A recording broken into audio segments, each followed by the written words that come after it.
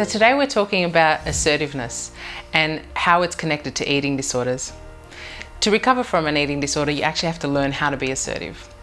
Now, why do you need to do this? Well, really, without learning how to be assertive, what can happen is you start to use the eating disorder behaviors to cope with how you feel rather than expressing it.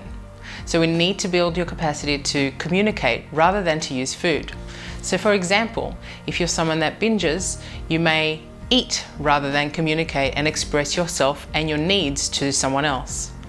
And if you're someone who restricts, you may not express yourself, so you also restrict your food.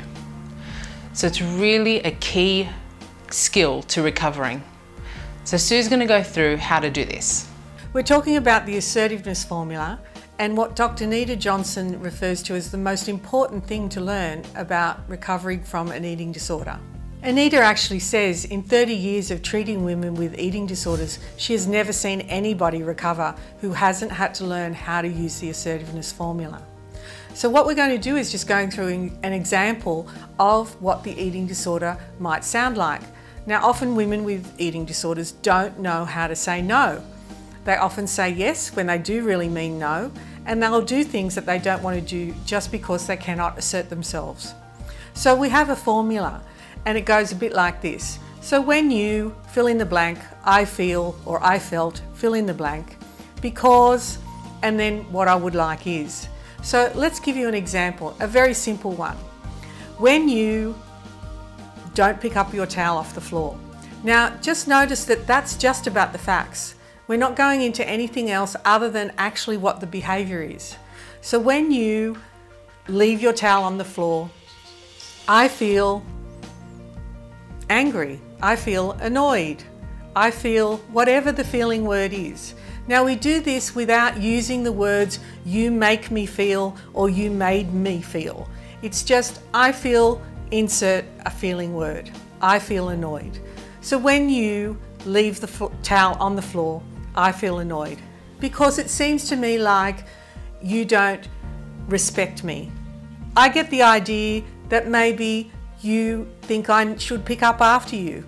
It gives me the impression that I'm just here to be your servant. Whatever it is that you feel and you think is the reason for this person doing this particular behaviour.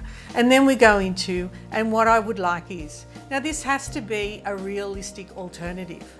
It can't be some fantasy or way out thing that you want them to do. So you might say, when you leave the towel on the floor, I feel annoyed because it seems to me like you want me to pick up after you. And what I would like is for you to put your towel back on the towel rack. Leave it at that. Now sometimes people won't really like you using the Assertiveness Formula. They will really look at you as if to say, what is this weird language that you've just learnt? Okay, and it does sound weird in the beginning. It's a bit like learning a foreign language. It's not your words, it feels contrived, but once you start to use it, it's going to sound more and more familiar to you.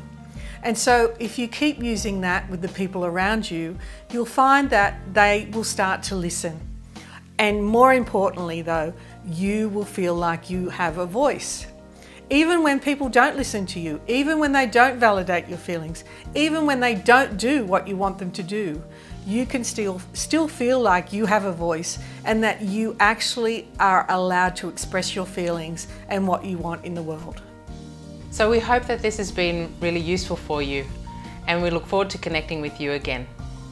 Bye for now.